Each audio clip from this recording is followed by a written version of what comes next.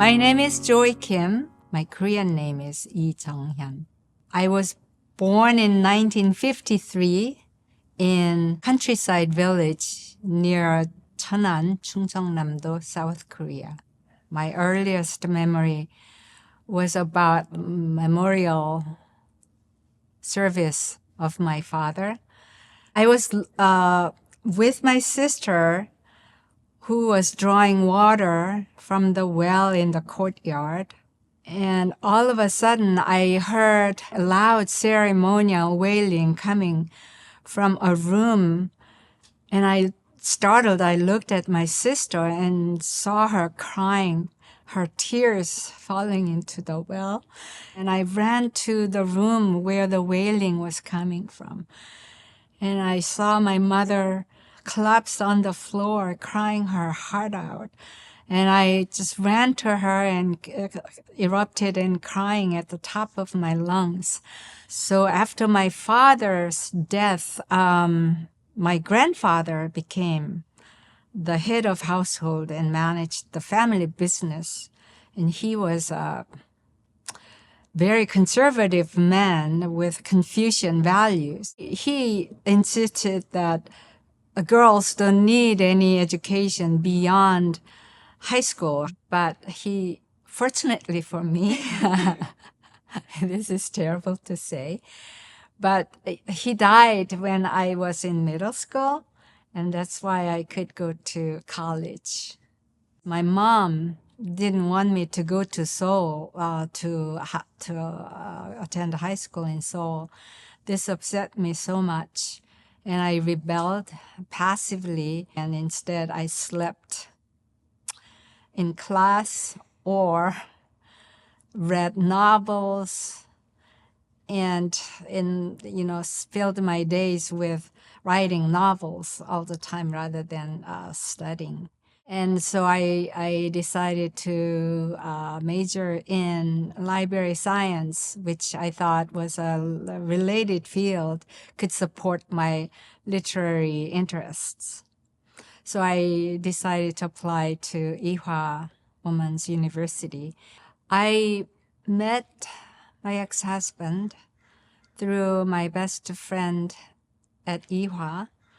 2 months after the marriage, he went to the United States as to study journalism, and I was left behind to apply for my own visa.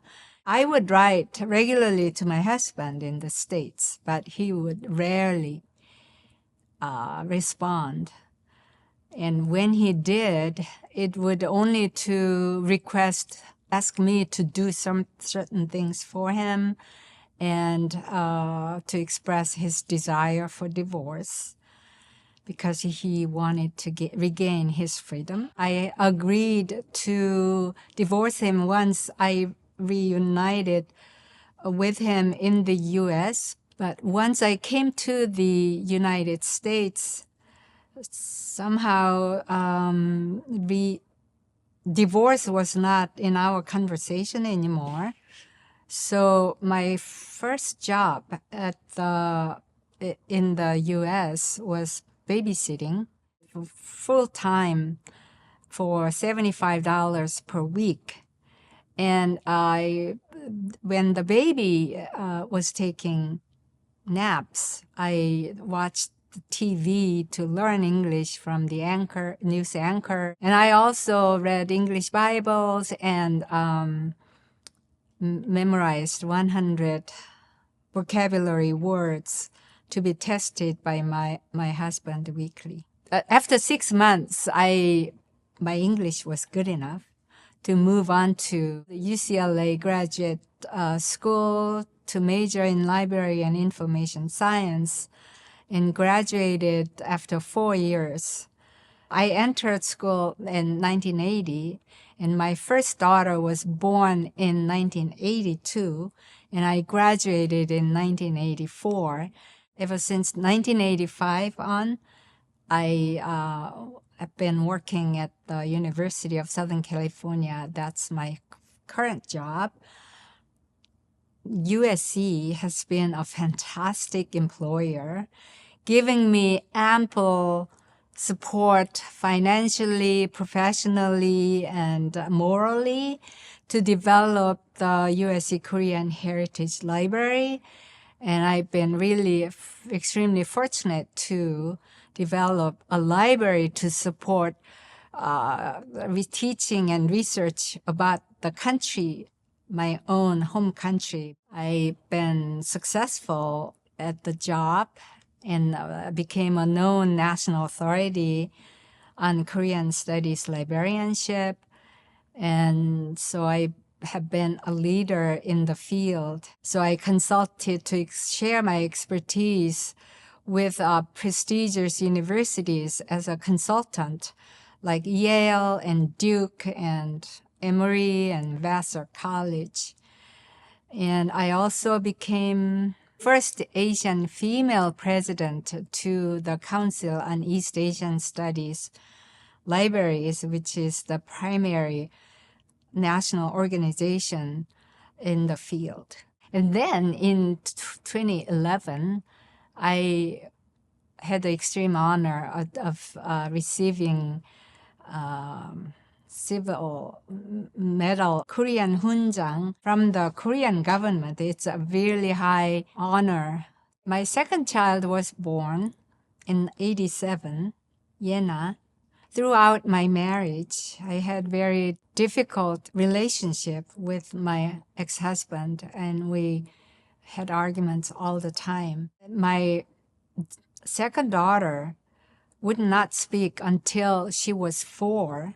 She eventually was diagnosed with Asperger, which is autistic spectrum syndrome.